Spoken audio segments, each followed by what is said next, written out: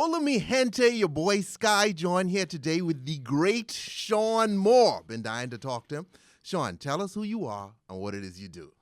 I'm the CEO of Trueface, and my goal is to teach computers and cameras to see like human beings. Okay, dude, that's deep. You just blow my mind, okay? Interview over. Okay, so see like human beings, you're talking facial recognition. I am. That's a component of it. It's also object recognition, the analysis of how people move throughout a frame. So it's really indexing the vision of the camera and trying to make sense of that either in real time or after the fact. How far are you away from this, like actually having a computer see like a human? I'd say a few years. You know, we've got components to it, so we have the facial recognition piece nailed down. We can recognize cars and license plates and firearms, predict age, analyze emotions. So we're getting close, but stringing that all together is where it gets very valuable. Okay, so when you say analyze emotion, so if I'm sitting here talking to you and I'm lying to you, you kind of would know I'm lying. It's a little harder. We're looking at the 5 basic emotions right now. So happy, sad, fearful, angry. And so we're just trying to analyze the basic emotions right now. But I do think the technology could get to a point where, you know, it's looking at micro movements. Okay, we're not there yet, though. Okay, I'm a weird dude, right? Like when I'm angry, I'm smiling. You know, like when you see me smiling, I'm about to F you up. So would AI detect that? That's an edge case. You know, I'm not sure. You seem like a pretty happy guy, though. I'm kidding. So one of the things your company's also able to do is drunk or not. It was something that we prototyped a few years back, and so the research behind it was pretty funny. We had to sit in a room and take pictures and videos of ourselves after 1 beer, 2 beers, 3 beers, 4 beers. And we tried to infer a trend there. So, you know, was there a pattern that our technology could pick up on? And we were able to do that. And so, you know, we were able to take a picture of you when you're sober, and then 3 or 4 drinks later tell you, you know, you were intoxicated.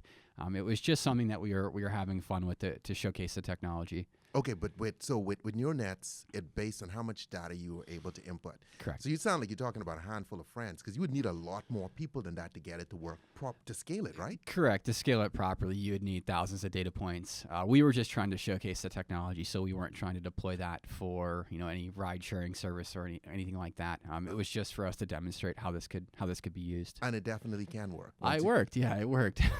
Dude, I mean, this world in which we live, because of you guys, is so freaking freaky, man. I mean, I love it, right? But it's so weird. So with Trueface, you're able to detect weapons.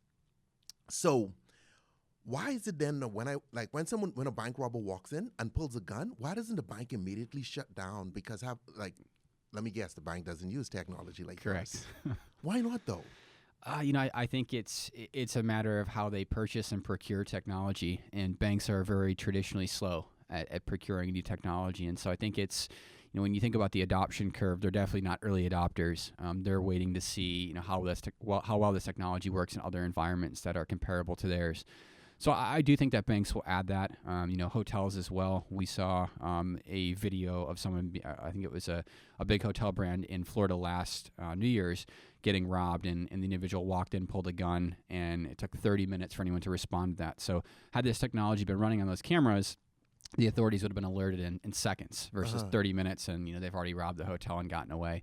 So I do think it's at a point now where people are and entities are starting to realize the value of this technology and the information it can provide instantly, but it just takes time to buy this technology. Okay, but the big thing with this technology is none of us want to be in a frickin' database, right? So it's too late. Okay, You're on social media, aren't you? Right. Okay. So you're being honest. Like, if you've been in the big city at least once, you're fucked. Well, I disagree with that statement. I think that, you know, if you use social media, if you shop on the big online retailers, you know, if you use a credit card, you're being tracked in one way or another. It's really not a matter of the identification piece. It's what information is tied to that. You know, where is that stored? Who has access to it? Can you sell it? I think that's the important piece is, you know, where is our information going? From a private citizen perspective, I want to know who has my information, and I want to know how they're selling it. But, you know, the identity piece of that, the facial recognition component, isn't what I'm as worried about is what information does that lead to. So when you think about how facial recognition works, it's really, there's three components to it. It's the identity, facial recognition, it's correlation. So how is that information tied to something else? How is it tied to where you go shopping, where you eat, who you're friends with? So correlation. And then you have action. What's the action that someone's going to take when they know that information? So you have to have all three of those components for it to be a meaningful tool. Otherwise, you're just identifying someone for the sake of identifying them. It's not as valuable. Okay. So, and I mean, my face though, can that be cheated? Could a hacker come in? Okay. For instance, I've heard stories of like some banks and other places might allow you to withdraw money, probably in China, using your face as kind of your credit card. Can someone then step in, a smart guy like you, okay, and withdraw my money? I can't take your money, but can you take mine? No, you would have to have like an insider threat at that point, where someone who knows exactly how the system is architected to try and reconstruct it. It's very, very difficult to do, and I don't see it as a real threat.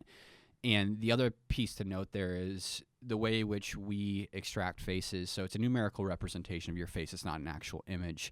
We do it differently than the rest of the providers. So you couldn't take a template that works in our system and run it on a competitor's environment. It wouldn't work. It will just render completely useless. So the idea that your face can be stolen via a picture on the internet is not really that true. And if your credentials were ever compromised in our system, we would delete it like a file on a computer and then re-enroll you. So, the concern of, well, once my face is taken, I can't change it, like I can't change a password, it's really not that valid of a concern, because every single company does it a different way, and it's a simple file that they could erase afterwards and re-enroll you. Okay. So my face will one day become my password. I believe so, yes.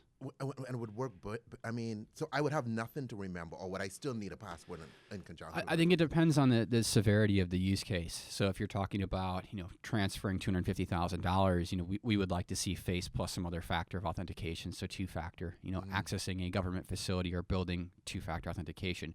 For things like opening your phone, I think that the face is sufficient, and for things like, accessing maybe a building that's not as high risk, also sufficient. So, it's definitely accurate enough to empower those use cases, but for very, very high security environments, two-factor is definitely something that should be considered. How long before me as an American could walk into, the grocery store and use my face as my credit card? I think we're probably a year and a half, 2 years out. And you think Visa and MasterCard and all these guys will just sign on to that? I do. The technology's there. We could do it today. So it's a matter of, we've got to run through proof of concepts, show them it works at scale, and then get these units out in stores. So, the future of retail is obviously moving towards people-less stores or cashier-less checkout. And I think that, with that, you have to have things like age verification to verify alcohol and tobacco sales, and then you've got to have pay with your face. So I do think we're close to it. So we could be moving towards the cashless system, right? How's that work out for the homeless guy out on the street, though? We've already moved to it. Credit cards, Venmo, PayPal. We've moved to it already. This is just another step in that direction. Yeah, I get that. Okay, because I know like a lot of the coffee shops and stuff in New York had stopped taking cash because it's easier for them to do business. You don't have to have cash on the premises. Right. You don't need to transfer. Less risk. Right. But what they realized is that excluded a bunch of poor people, because the poor dude does not have a bank account or a credit card. And we got a lot of homeless people in New York and California right now. So if we were to go cashless with everyone using facial recognition, they would be kind of screwed, right? I think you have to have an element of continuing the continuity of cash. But will it be phased out? I'm not sure. I think that this is a sufficient option, though, to advance the payment system. It also reduces fraud. I can't take your credit card and go, run to Target and go shop. So there's an element of fraud reduction and abatement there. Okay, how do I beat facial recognition? You don't. Can I distort my face? There are ways in which people have tried with masks and with things like QR codes or adversarial networks to try and trick facial recognition, but my question there is, what's the intention? Why are you trying to avoid facial recognition? It's not like we walk down, the streets in LA and your face is being recorded, stored, and then, matched to something. That's not happening. So currently, law enforcement's using facial recognition in the United States as an investigative tool, not a surveillance tool. So crime has been committed, they're using it to generate leads. They're not using it to monitor street corners. So but that day could come, and there's a particular country that'd have cameras on every corner. Fortunately, that we have agencies like the ACLU who are keeping the other side honest, and I think federal regulation is the way to go here in driving transparency and responsibility in the use of this technology. So there has to be guardrails up, and we have to have regulation. But instead of banning the tool, you've got to regulate behavior of the tool. So San Francisco banned facial recognition last year. We were going to get to that. Go on. Yeah, they didn't actually ban it. What they did was make it so that you had to have a warrant to use facial recognition. Now, this is a city that was not already using facial recognition. So they did it as a proactive approach to this. Preemptive. Preemptive, correct. And then 6 months later, they realized they made it illegal for their local authorities to use iPhones because of the facial recognition unlock feature. So that's a knee-jerk reaction to a technology, that people are wary about. And I think it's important for the regulators and the lawmakers to really understand this technology and not ban the tool, but regulate the behavior of the tool. Okay, how do we get these governments, the U.S. government, our Senate, our Congress, to even understand what the fuck you guys do? Because here's the thing. I watched Mark Zuckerberg on Capitol Hill, right? Talking about Facebook. And this was just basic ads, this simple shit. There's no neural nets, nothing like that. And I remember, I think it was Orrin Hatch asked him, so how does Facebook make money? And right there, I was like, holy shit. This dude is a senator in the United States, the most powerful country on the planet, and you don't even know how Facebook makes money? Huh? God help him if Mark Zuckerberg have to explain like Facebook's reach, like what that even means, Right. It's not a good look. I do think that with the proper information, we can make good decisions. So we've been proactive in reaching out to the powers that be to try and inform them of the limitations of this technology. And a lot of the concern is around bias, and it's it's age bias, it's race bias, ethnicity bias. And that's a solvable problem. And so, the way to solve that is better data. So if you have better data going in, you're going to have better data output. If you have corrupt or unbalanced data going in, you're going to have that as the output. And so, that's something that we've shown as an industry that we're advancing, that we're getting better at. So that's one of the is that one of the big reasons why China is doing so well with artificial intelligence, is because they have so much people and they're able to take all this data.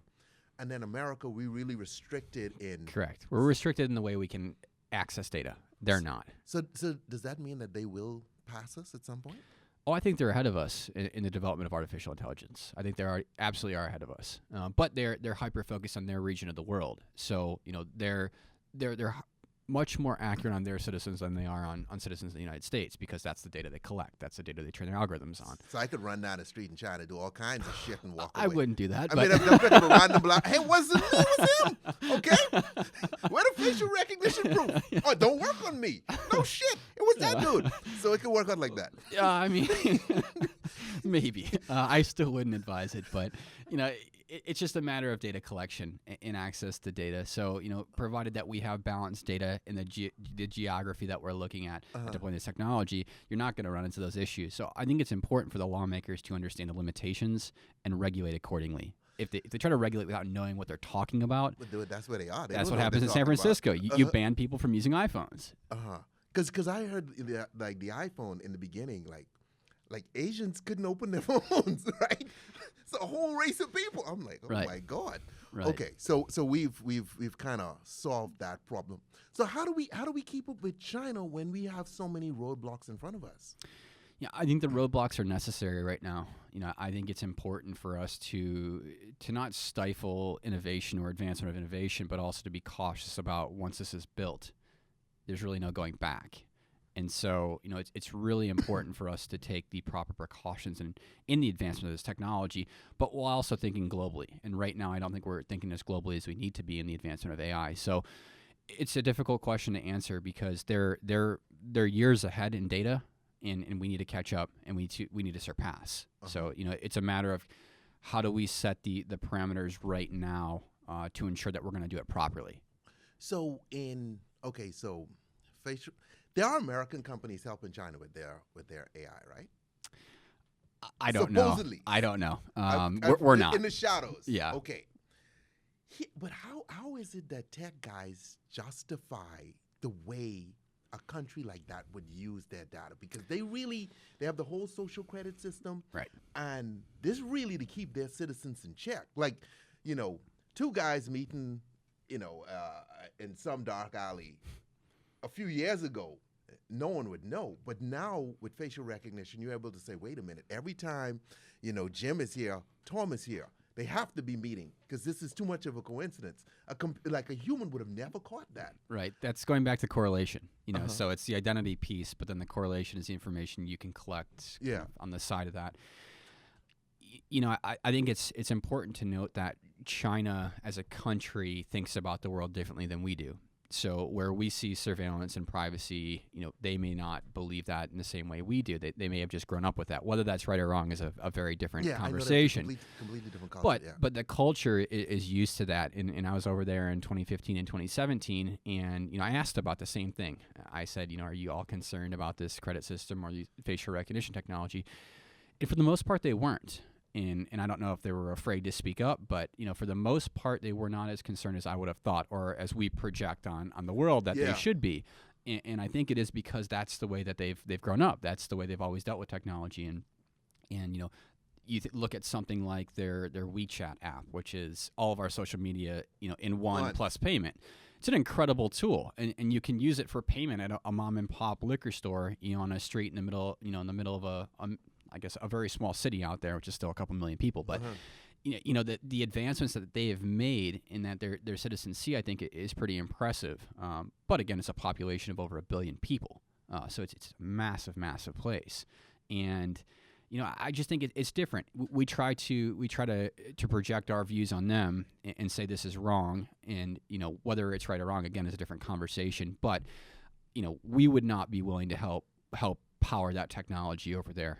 We're very particular about who we will work with, and we've said no to your people. Company specifically, Correct. Trueface. Correct. Yeah. And we said no to people. We'll continue to say no to people. We don't do work there, and so I think it's important that while regulation is happening, the companies that have the power to enable that type of use case or that type of technology really consider the ethical, boundaries that they want to set up. And there's some companies that will do it. And what percentage of guys in tech would say, hey, this technology is definitely going to help, a government that doesn't necessarily believe in freedom and democracy, but I'll do it anyway? Like, what percentage of I'd like to believe that it's low.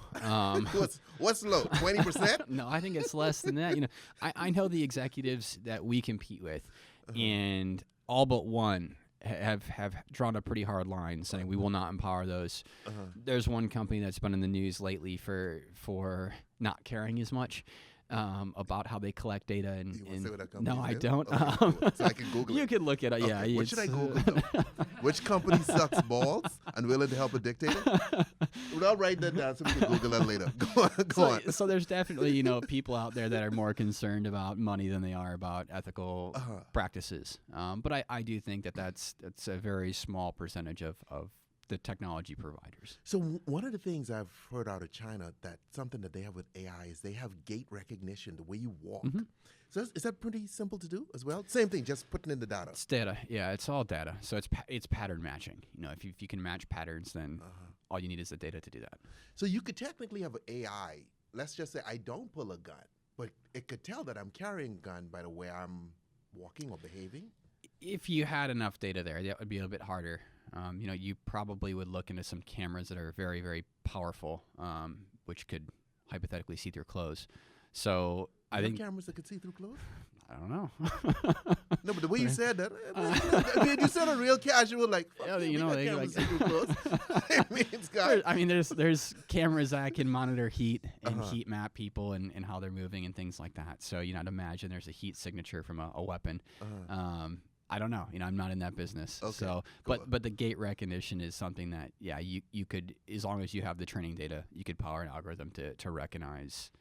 And there's also tech out there that could monitor for shoplifters, right? Not only in terms of you picking stuff off the shelf and putting it in your clothes, but I read somewhere wherein you walk in and a shoplifter's automatically looking around to see where everyone is because they have to keep their head on a swivel, and that's a giveaway.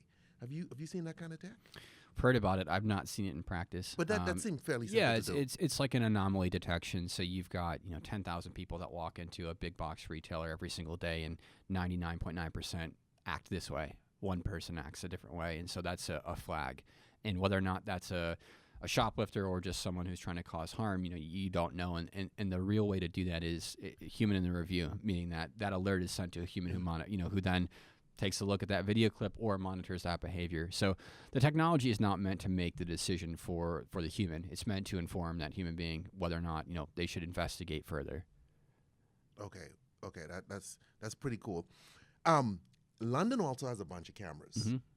Are they facial recognition cameras as well? Because they have cameras everywhere. They are. So they just had a kind of massive or monumental piece of legislation pass where they are allowed to use facial recognition on the streets over there. And so, their whole focus is providing security. And I think that here in the U.S., it's also a focus for us. Is how do we make places like concerts, stadiums, airports more secure? We've had incidences every single year with people causing harm at those types of environments. And so there's this fear that, we're not doing enough from a security standpoint. Taylor Swift, for instance, she was using facial recognition to find stalkers at her concerts. A lot of people spoke out against her, but, she has a right to protect herself. And so is she still doing it, or is she stopped? I don't know if she's still doing it. It was not our technology, but she was doing it. And a lot of people, said this isn't appropriate, but they're not in her position.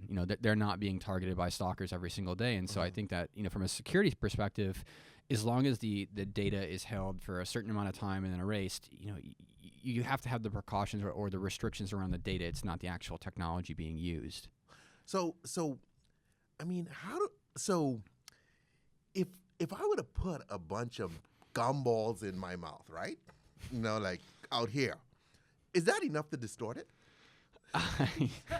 Possibly. I mean, we're looking at confidence rates, right? So confidence threshold. So what that would do is reduce the confidence of identification. I don't think it would. It wouldn't eliminate the identification, but it would say instead of 98%, we're 96% or 92%. I'm just trying to beat Skynet that you guys are creating. Like when I need to get out of the city, should I have gumballs in my stash? Okay, I'm just, you know what I mean? I'm just trying to survive here, John.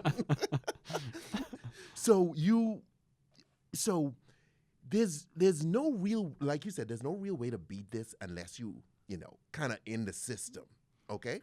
So how long is it before we as Americans just say, what, facial recognition is here to stay. We can be in every database. It's cool. How far away you think that is? I think an element of it is already here. You use your iPhone, so you use that. I don't use it on my iPhone, though, which is weird, even though I all over the internet, so I might as well use it on an iPhone. But go on. A lot of people here use it. And there are other, Samsung, I believe, has the same technology. The iPhone actually wasn't the first handset to have facial recognition. I think they were just the first to make people comfortable with it. If you travel at the airport, fly to from LAX to Heathrow, it takes 50 minutes to board that plane. Now it takes 20 with facial recognition. So I think we're starting to see, more mainstream uses of this technology, and I think that's, the idea of that is what brings us to the next step of mass adoption in the banking environment, in the building access environment, stadiums, things of that nature. So I think we're very close to it. Whether or not you see it day to day is somewhat irrelevant. The best user experience is no user experience. And so, the idea here is that we're providing a frictionless access to a place or digitally. And that's where, facial recognition becomes a pretty much integral part to our day. How long do you think it is before it's almost impossible to commit a crime? Not because I don't want to kill someone. Like, I won't kill this dude, but I know, I'm screwed if I do that. It's resource based. And so like I said, the law enforcement that's using the technology now is not using it as surveillance. They're using it for investigation. So a crime has to have already been committed. And then they're going back and analyzing the faces of those individuals against a database that they have. But you could have cameras that lie sort of dormant and don't come to life until there is a threat. You could, way, right? Yeah, but when you think about the infrastructure that's required to run real-time facial recognition in a city, or talk about the biggest cities in the United States, you're now generating a heat map that could be seen from a satellite based on the data center that would be housed in. So there's a lot of hardware infrastructure that a lot of people don't think about. So it'd be a pretty obvious thing that was happening, that we were building these massive data centers out in farmlands in the Midwest, and I'm from the Midwest, so okay, we couldn't hide it. Okay, cool. It would be difficult to hide that. So I just don't see us getting there, and I think regulation in the next 2-3 years is what prevents that from happening. Now, do I think that it should be harder to commit a crime? Yes, I do, and I'm happy that it would be harder to commit a crime, and I'm happy that we can help provide technology to our law enforcement to take something that would typically take 2 weeks to solve to a day to solve. That to me helps us live in a safer and smarter world. No, I understand that part. Okay, so boys, get your crime in now. You don't got long. Okay. So it's resources. Do you want to spend time worrying about someone stealing a Kit Kat bar from a Walgreens? Probably not. There are more important things for the police task force and police officers to handle. That's up because that shoplifting costs it billions of dollars a year. Absolutely. It absolutely does. And should it happen? No. But is that more important than something else? It's hard for me to say, but I would doubt it. So the company that you had before Trueface was Chewy? Correct. Okay. Correct. And that was doorbell? We were manufacturing cameras and embedding facial recognition on those cameras. So we were supplying both hardware and software. And we ran that for about 5 years, and then extracted the software component and got it to work amongst everyone's cameras. So something like you would be more like Ring. Yes, so that was one of our big competitors at the time, right? We were in the smart home space, and we were enabling the unlocking of a door based on identity, and then customizing your home based on your identity as you enter that door. So whether you wanted to know that your kids were home, we would send that alert, or if you wanted to be able to access your house without using a key, we could do that too. Okay, someone listening to this right now going, man, I prefer the old school way as to using a key. And then some young kid right now is going, no, the facial recognition way is more secure. Which is better? I think it's advancement in technology. I think that your face is more secure than a key that you could lose, or that someone can make a copy of. So, and the other thing with the face component is you have a physical record of who entered your house. So if the UPS man or the FedEx man or woman has come up to the door. If your kids have come up to the door. If a neighbor has come up to the door. You don't know that with a physical key. Yeah. So we were just a couple years too early with that product. We saw some commercial success with it, but there was absolutely more market options for us with just software. Yeah. So ring the store and that's the thing, man. Like, see this kind of tech, now you can't bring your mistress home. You know what I mean? You got to go to a hotel, and then they got facial recognition. Something happened, and now, oh God, okay. See, that's what I'm talking, guys. You have to be honest, okay? Yeah, it no more harder mistresses. To deceive people. So currently you do some work with the Air Force. Correct. Are you able to talk about that? Yes, it's public. Yeah, okay. Yeah. So we do base security for them. So we're monitoring individuals that come onto the base, and that's to protect those bases from bad actors entering. Yeah, because they've had some shootings at bases, but those have actually been soldiers. Correct. I mean, would the Air Force be open? Because I'm sure there's some pattern of behavior that precedes like a shooting. Would the Air Force be open to allowing you guys to build that kind of like data? So they could tell, like, okay, this guy is about to go off right now. Right. So we actually don't have access to their database. Okay. They have their own database. We don't ever supply clients with databases. So they have to build their own. So they have a list of people that should not have access to that base, whether it's a soldier that has been kicked out for some reason, or it's a contractor who has committed fraud. Mm-hmm. They have a list of people who are not allowed to access, and that's what we're really looking for. Oh. Because I was thinking more like, this guy has full access to the base, but his behavior indicates that, he's about to do something, like he's about to set something off. I mean, right. The kind of tech that picks that up, that's not necessarily what you guys are doing. No, it's not. I'm assuming that there are some companies that specialize in that anomaly detection in social media behavior, or someone's tweeting a bunch of things against our government. And that's right. I didn't even think about it, because you should be able to pick these guys up just with software. Like the FBI should have this software and know that, hey, Jim Brown right here in Nebraska is about to go off, right? Right. I mean, you'd think so. Because that's available now. I think in a lighter version, it is available now. There's some detection of people that are speaking up on social media that could do harm. And so, I think it's the FBI has to investigate that type of potentially harmful individual. But, whether they're tying it to an Air Force base, I'm not sure. Our job is to ensure that the individuals entering that base should be entering that base. So going back to the Air Force, and this piece on drones here. So is it possible to attach facial recognition to a drone, right? So every time you open the papers, you turn on TV, our drones have blown up some Afghan wedding, okay? Like a wedding is the worst invitation you could get in Afghanistan. Someone invites you to a wedding, for God's sakes, don't go, okay? Could we have facial recognition that actually picks out the right guy at this wedding so you don't blow up the whole wedding party every weekend? Hypothetically, yes. You're what you're talking about fundamentally is identifying someone from a camera. So that technology, is possible. We're not working on drone-based facial recognition to target a specific individual at a wedding in Afghanistan. Okay. Guys, so don't attack him for that, okay? He's not a part of that. The next dude. Anyway, go on. So, is that possible? The short answer is yes, but there are a lot of ethical conversations around, the human having to make that decision and whether or not that information is enough to add a level of decision making to that process that already exists. I'm not as familiar with the chain of command for when a drone is sent over a wedding, and someone's got to make the decision to press the button. I think it actually has to be two people that make that decision. So right now, one of them people is Stevie Wonder. I can tell you that right now, because these dudes, I don't know what they're looking at. Like every time is, we apologize. Right. So is it possible? I would say yes, because you're talking fundamentally about a camera recognizing a face. Do you have the accuracy that you need to make that decision? I don't know. Again, we're not working in those types of environments. Okay, but like stepping away from Trueface for a second, that would make it.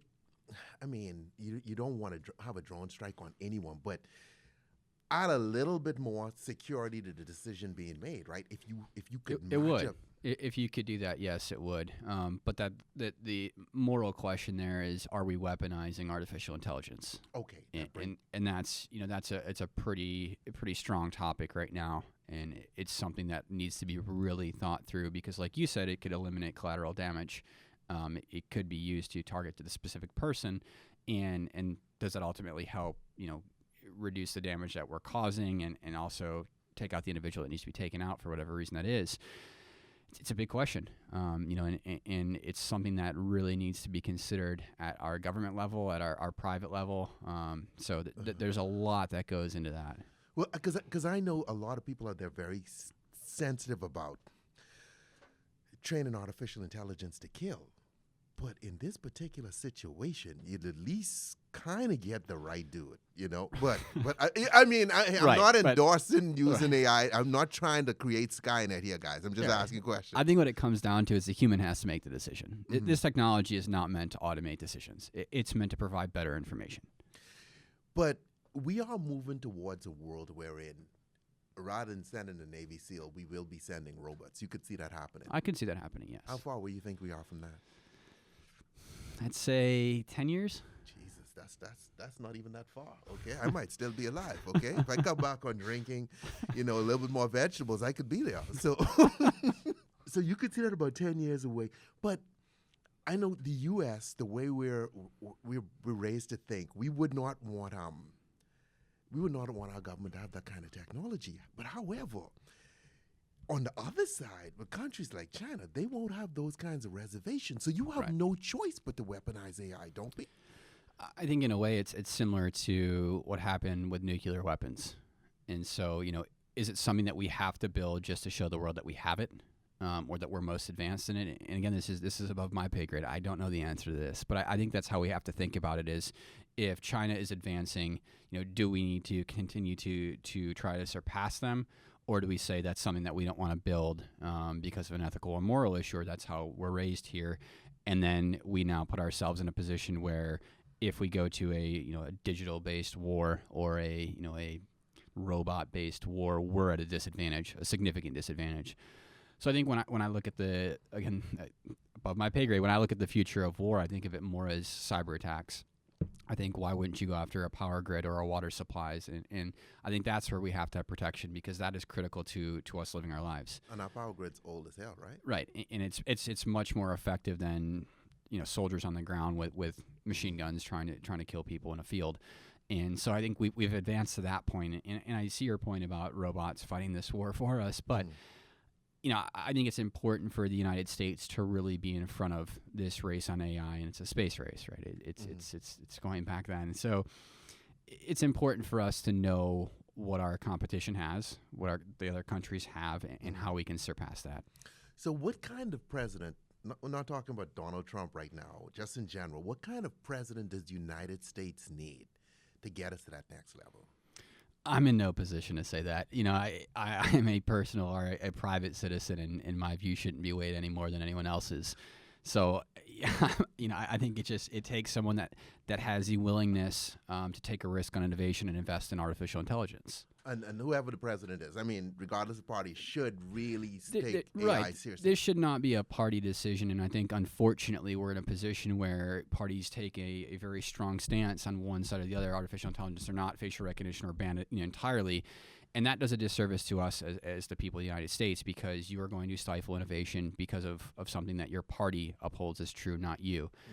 It's a problem. That's a big problem with our politics today, and I think the individual that's in office, next, whether he wins re-election or someone else comes in, or in the next 6 to 8 years, needs to really take artificial intelligence and cybersecurity very seriously, because that is going to be the foundation of how this country operates in 10 years.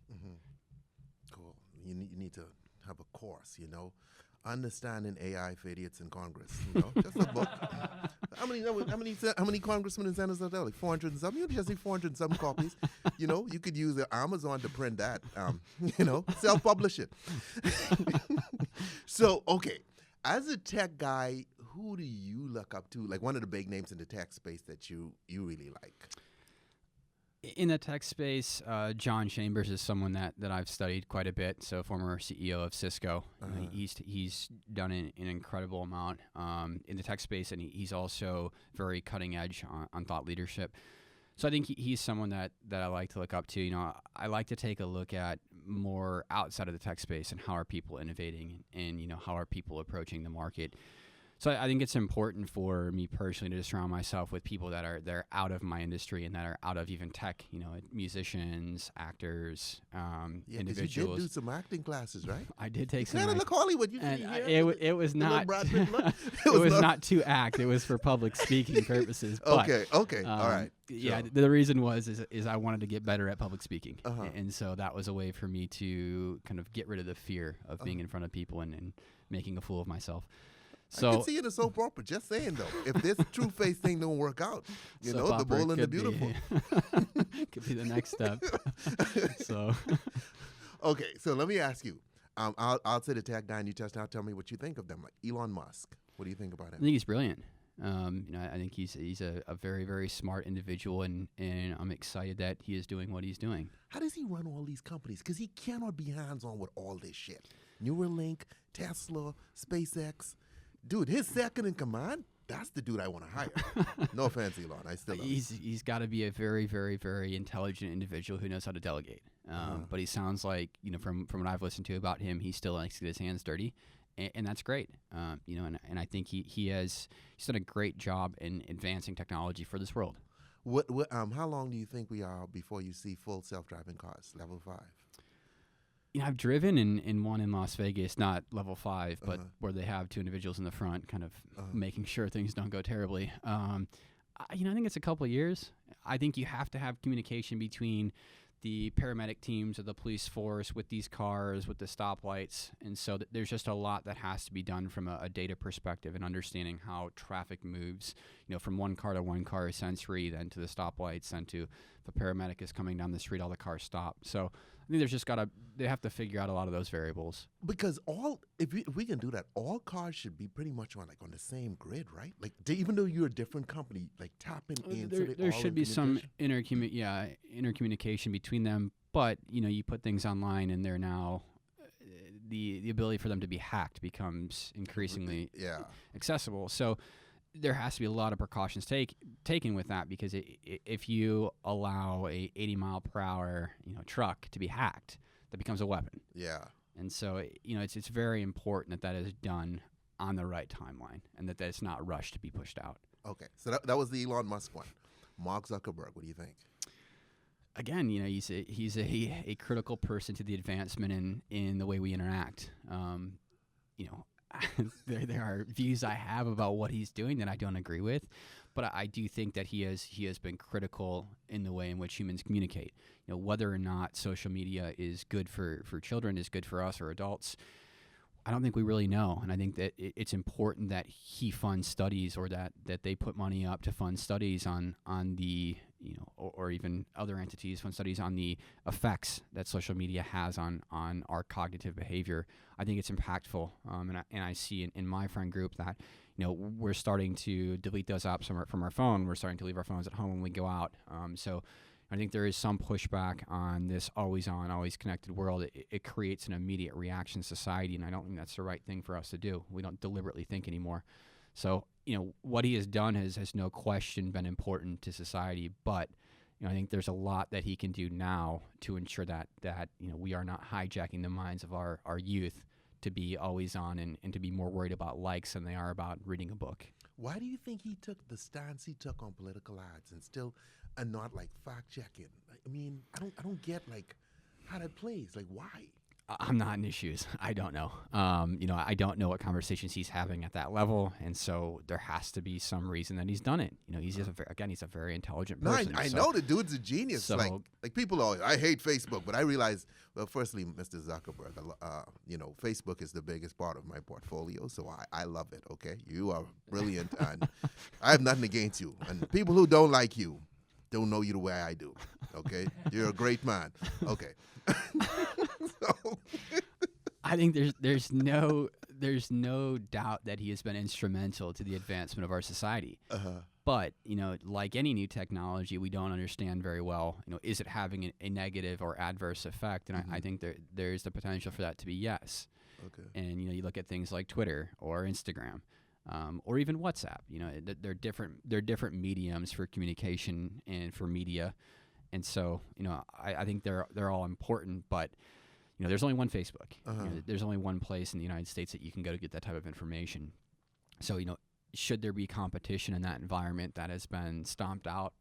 Probably. But how do you even begin to compete? Because we go where people are, and everybody on Facebook, right? So when you start off your little side thing, like Bow Bow or whatever it's called, tech guys have these cool names. No one's if 10 people on that, dude, I'm not using that. It's a network effect, right? So you've got to have value there. You can't just start a social media site and hope people come to it. So there's got to be value that's missing on Facebook. I mean, that's what Instagram was. It's a place for you just to share pictures, and it's obviously advanced now, but there are people that are very smart and innovative who can think of that. It's not, I'm not in a position to spend my entire day thinking about it, but what he's done has been truly remarkable.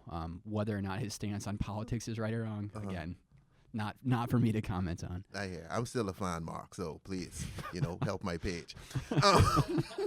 Okay, the last tech guy, Jeff Bezos. What do you think of him?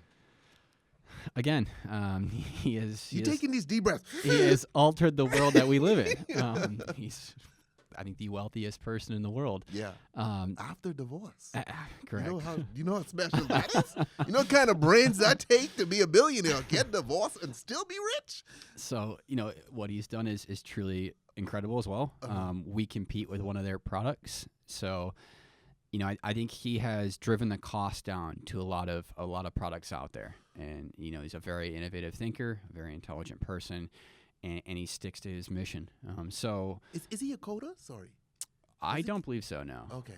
I mean, surely not anymore. I don't know if he started doing it, but surely not anymore. So very smart, and the commerce industry is better because of what he's done. So again, but it's a place that is uprooting our traditional retail environments. And what's funny is they started online, and now they're going to brick and mortar with Amazon Go stores. Oh, yeah. Those would be like supermarkets, right? They're grab and go stores, so they're yeah, I think the intention is to automate the self checkout process again. But yes, they'll be like little convenience type stores. I mean, and then from there they would expand and become right. like a supermarket. But they've purchased Whole Foods, Yeah. and so having their Amazon boxes in Whole Foods and in the real estate that Whole Foods had, I think is pretty important to his growth plan. But he's also got his hands in space, so he's a very bright individual who has a lot of money to play around with different innovations. Yeah. Excuse me, tech guys, can you motherfuckers leave something else for us to do? Y'all own everything, man. Do you feel that we're moving towards that world, though, where, like, tech guys, is only, like, a few tech companies and they own everything? Because you can kind of see that happening. That's what it feels like right now. But I think that's on the next generation, or even the leaders of today, to figure out how do we uproot what's happening there. I mean, there's always innovation. There's always an opportunity to innovate on something. So I think that just takes some time. And they're commanding their place in the market right now. But will that be the same in 10 years? Probably not. There's probably going to be something else that comes up that we're not aware of right now that uproots them.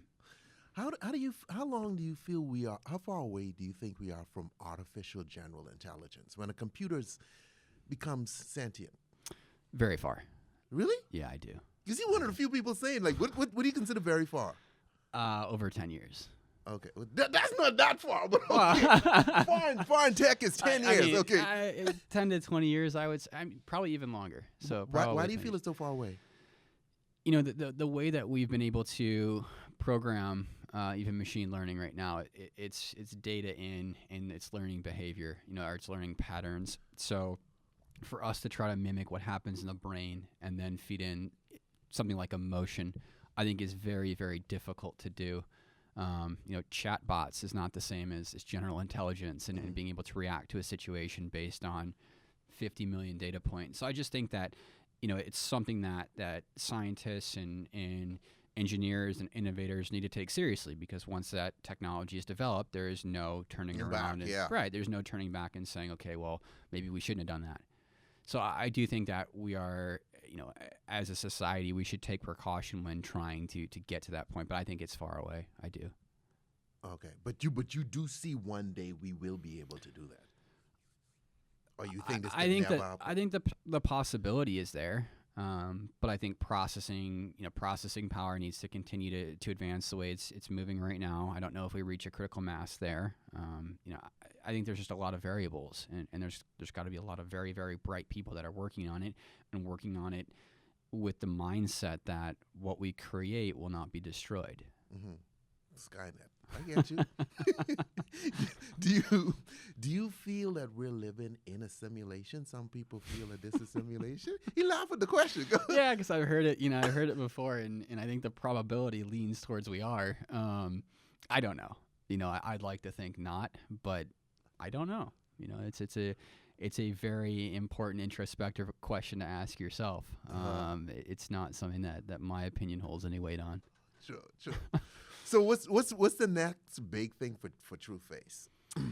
We're continuing on in the commercial space with face recognition, automated age verification. So this year is primarily on lining up the rest of our federal business and pushing in further to being able to empower or enable entities to drive economic value from things like facial recognition. Would your company, so one day, let's say using your tech, without ever seeing a driver's license, you could line up some people from high school, mix in one or two 21-year-olds, and your tech would be able to detect who's 21 and who's not? Yes. So it's more a matter of like setting boundaries. Like when you go to a store and buy alcohol, if you look under 30, they have to card you. Mm-hmm. So it's automating that process because we've got a mean average error of 2.5 years. So we know without a shadow of a doubt that you are under 30 if you're 21 years old. Mm-hmm. So you card that person. If you're over 30, you can continue on with your day. So it's just a matter of setting those thresholds properly. But I'm saying, like, actually having the facial recognition be good enough to say, hey, this guy is 19, this one's 21. Is that really, really tough? It's tough, but it's data. It's doable. The more data, the closer you get to that. There's always going to be edge cases or anomalies, and so you have to understand that there are limitations there, but it's doable. It's doable. what are some of the other use cases for facial recognition that you don't think of in terms of, like, let's say, security or surveillance? What are some of the other ways other companies are doing that? There are tools very similar to facial recognition, like emotion analysis, for people who are showing a movie for the first time and they want to check the crowd's reaction. So being able to analyze emotion Holy shit. based on specific points of that film. A lot of movies doing that now? We know of a couple studios that do that. Because most movies still suck. So, guys, I don't know what kind of tech you all using, but I suggest you use Trueface. You shouldn't say that. No, I'm just kidding. So, that's definitely one of them. We're starting to see more and more in the scientific community for identifying potentially cancerous skin patterns. Oh, yeah. And that to me is unbelievably helpful because, you look at the error rates which doctors have versus computers, and computers are performing better at identifying cancerous moles or like I said, skin issues. So I think that's outside of the investigative realm or the access control realm that we're excited about. So in terms of lying, because I've heard, like, when you come into the country, that customs is now using some form of facial recognition to detect if a person is telling the truth. Like, it's supposedly, like, if you curl your toes in your shoes, this, it's supposed to detect that, hey, this person's nervous or something like that. Does this exist? I think there's been studies on micro movements. I think Paul Ekman was the one who pioneered that. But it's measuring the micro movements of your face to indicate whether or not you're lying or you're trying to mislead someone. And so that does exist, but it's not something that we're working on, and whether or not the algorithms are advanced enough to detect that, I'm unsure at this stage. But in time, you could see, like, all these, like, everything we're mentioning is possible in time. In time, I think so, but you'd have to have an economic reason to build that. So you wouldn't just build it for fun. No, but if you could detect lies, I mean, that's a game changer. Imagine me and you go out drinking. We come home. The wife asks where we were. We were at church, honey. Okay. And then this shit's on. And then they go, no. They were not at church. Okay. And does the drunk or not? And they both look drunk. Okay. So we're screwed. You built something that just killed our marriages, man. Like I said, I didn't build that. Anyway, guys, listen. So please go check out Trueface AI. Okay, Trueface.ai. Look at some of the stuff he's doing because it's super, super cool. All right, adios, mi gente. Nos vemos. Shaun, thank you for coming through. Really appreciate it. Thank you for having me. Do you like vodka? Or do you like whiskey? Whiskey. Okay, I got a bottle for you. Thank All right, later. Thank you.